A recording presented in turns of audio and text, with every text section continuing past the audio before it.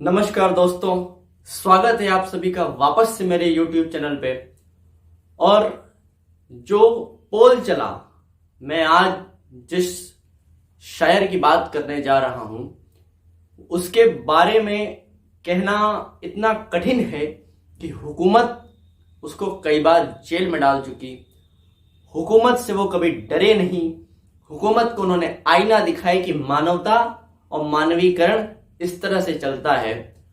और हिंदुस्तान में जब कभी भी लोकतंत्र में सत्ता से आंख मिलाने की बात आएगी, अपना हक मांगने की बात आएगी, अपनी बातें कहने की बात आएगी, तो एक नाम जो सुनहरे अक्षरों में लिखा है वो कौन है? वो हबीब जालिब का नाम है। आज हबीब जालिब विशेष में मैं आपको सुनाऊंगा उनके सबसे मौजूदा हाल पे कहे गए उनके सबसे बेहतरीन 5 शेर, और साथ में ऐसी गजल जिसके बारे में दुनिया में कहीं भी लोकतंत्र की हत्या हो रही हो, दुनिया में कभी भी किसी आम आदमी की बात नहीं सुनी जा रही हो, कोई भी तबका, चाहे वो स्टूडेंट हो, चाहे वो व्यापार वर्ग हो, हर वर्ग के बारे में अगर किसी ने लिखा, हर वर्ग के हालात के बारे में अगर किसी ने अपनी कलम चलाई, तो वो हबीब जालिब ने चलाई। कौन हबीब जालिब?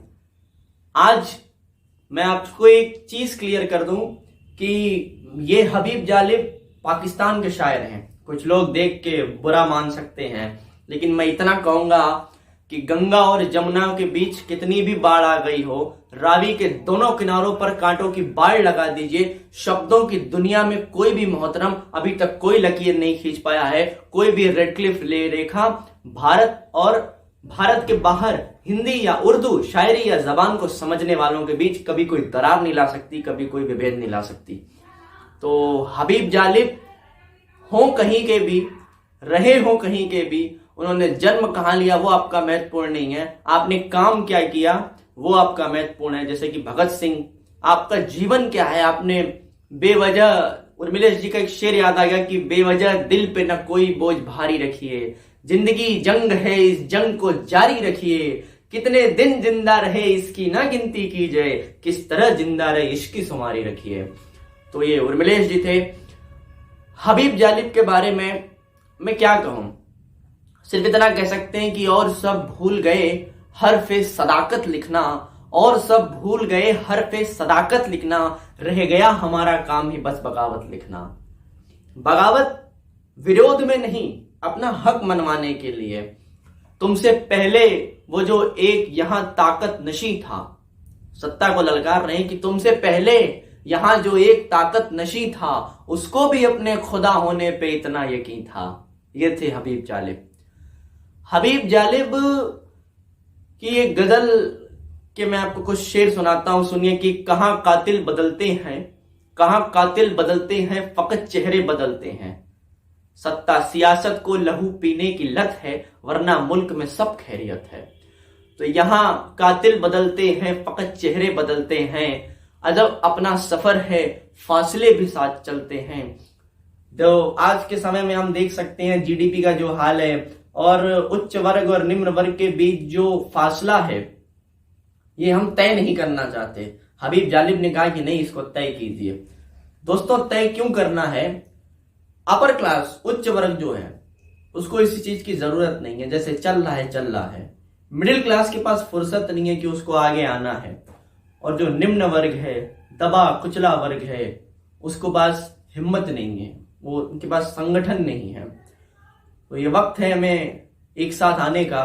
कहां कातिल बदलते हैं, फकत चेहरे बदलते हैं, कहां कातिल बदलते हैं, फकत चेहरे बदलते हैं, अजब अपना सफर है, फासले भी साथ चलते हैं, वो जिसकी रोशनी कच्चे घरों तक नहीं पहुंचती है, वो जिसकी रोशनी कच्चे घरों तक भी नहीं पहुंचती है, न वो सूरज निकलता है न दिन बदलते हैं।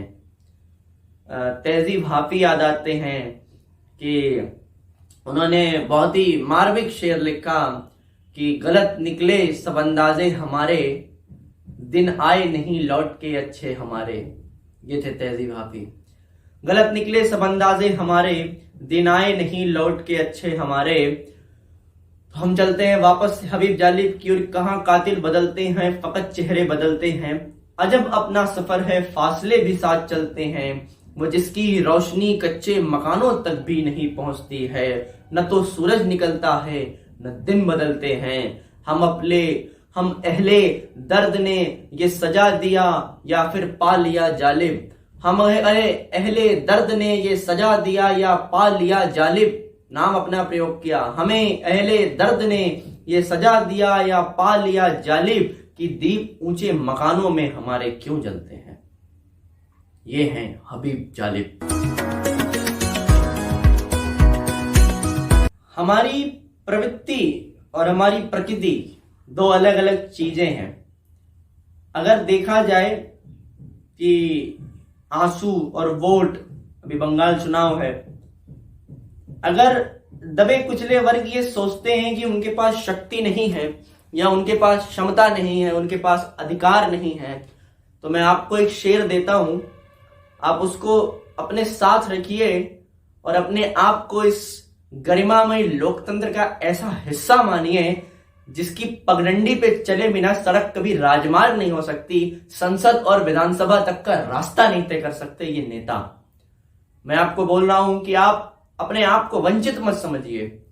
शेर सुनिए कि मुर्दा लोहे को भी हथियार बनाने वाले, अपने आंसू को भी पतवार बनाने वाले, और ये जो नादा से समझते हैं सियासतदां हमको, हम ही हैं इस मुल्क की सरकार बनाने वाले। ये शेर मैं आपको दे रहा हूं। वोट देने जाइएगा तो सोच के जाइएगा और वोट देने जरूर जाइएगा। तो हम हबीब जालिब की बात कर रहे हैं। हमेशा सत्ता से विरोध, न जाने कितनी बार उनको सत्ता ने जेल में डाला, मगर वो पहला वाकया जिसने जन्म दिया एक नौजवान लड़के में हबीब जालिब को, जिसने बगावत की चिंगारी लगाई, जिसने उनके अंदर वो विचार डाले कि जिसको पढ़ के दुनिया में कहीं भी आंदोलन हो रहा है, हबीब जालिब, शायरी समझने वाले लोग, विरोध समझने वाले लोग, वो अपने आप समझ लेते हैं कि नहीं नहीं ये हबीब जालिब की लाइन है। मैं बताऊं आपको कि 1959 में पाकिस्तान के लोकतंत्र का जब खात्मा हो गया, लगभग खात्मा हो गया था, तो जनरल अयूब खान, उसका मार्शल चल रहा था, तानाशाही चल रही थी क्योंकि लोकतंत्र समाप्त हो गया था। वो अपने उरुज पे थी, उरुज अर्थात पीक पॉइंट पे थी। जो राइटर्स की गिल्ड थी, लिखने वालों की एसोसिएशन, जबकि कलम की सत्ता से हमेशा से झगड़ा रहा है, जिस दिन कविता ने सत्ता का समर्थन करना शुरू कर दिया, या तो उस दिन कविता समाप्त हो जाएगी या तो सत्ता समाप्त हो जाएगी।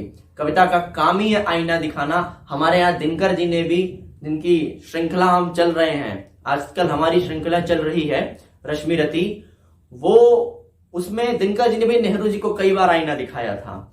तो लेकिन जो वहां पे पाकिस्तान में राइटर्स गिल्ड थी, लिखने का तबका था, वो एक किनारे बढ़ चुका था कि भैया इनके साथ रहो, बहती गंगा में हाथ धो।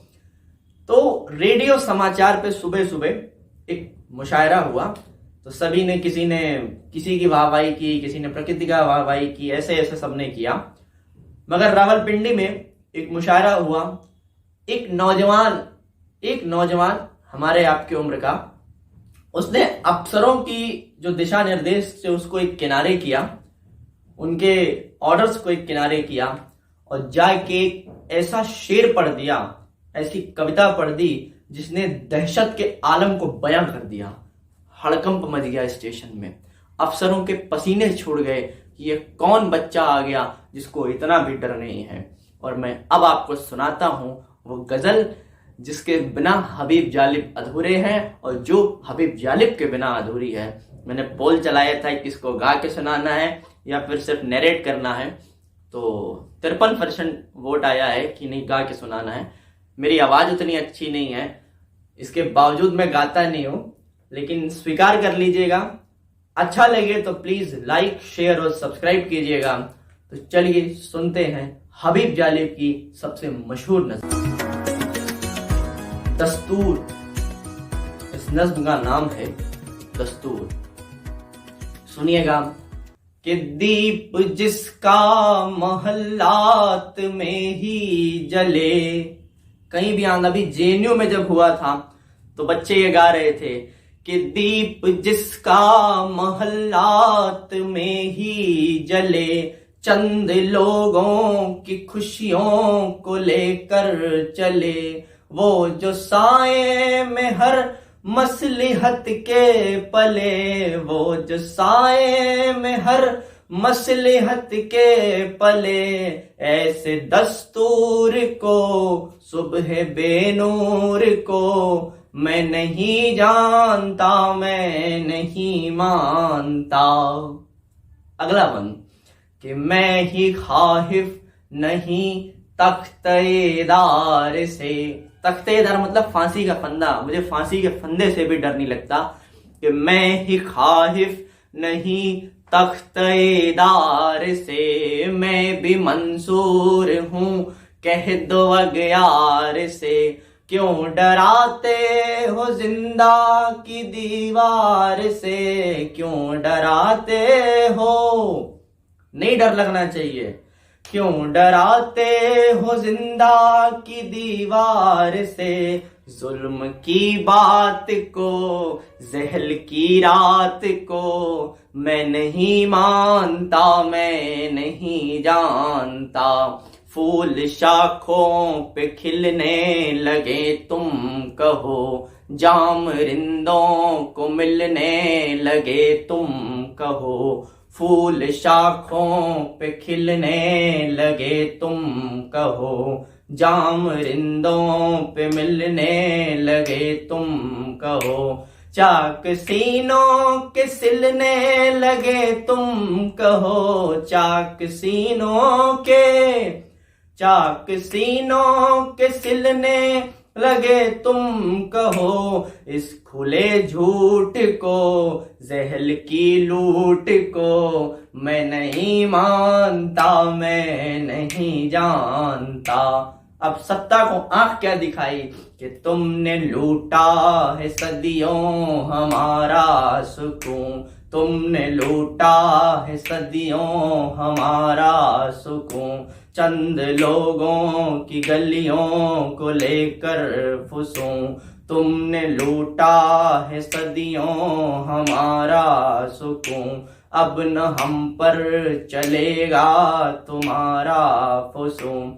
चारा कर किस तरह तुमको मैं ये कहूँ, तुम नहीं चारागर कोई माने मगर, तुम नहीं चारागर कोई माने मगर। मैं नहीं मानता, मैं नहीं जानता।